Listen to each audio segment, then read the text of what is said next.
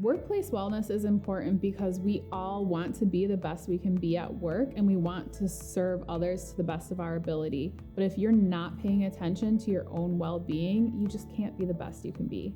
So wellness is your overall state of well-being. There's physical well-being, your mental or emotional well-being, your relational well-being, and if it's applicable to you, your spiritual well-being.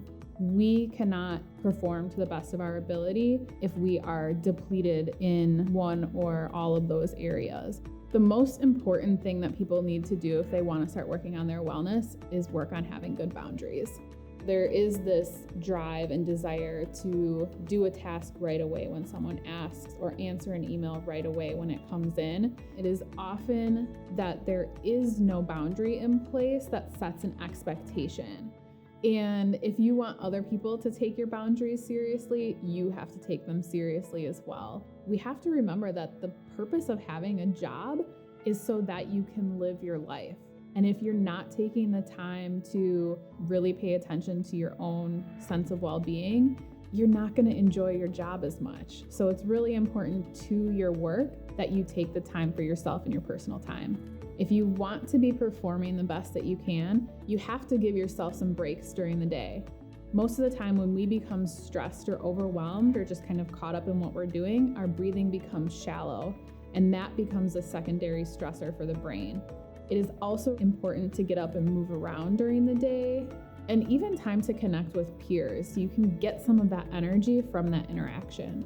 In terms of physical well-being, even mild dehydration can lead to some cognitive impairment.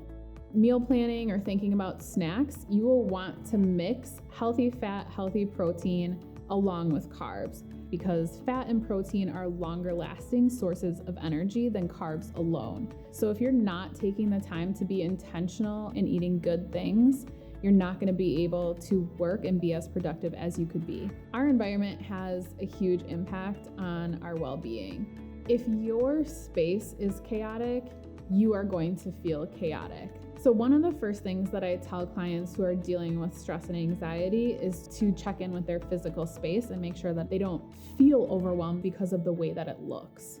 You'll want to make sure that you have a seat that's comfortable to sit in that really supports your body structure so you can sit up straight and you can breathe. You'll want to make sure that there's good light so that your eyes don't become fatigued, natural light if possible. If you're going to decorate it, you can put up things that are inspirational to you, that you find relaxing or motivational. Just really curating the space to be a reflection of how you want to feel.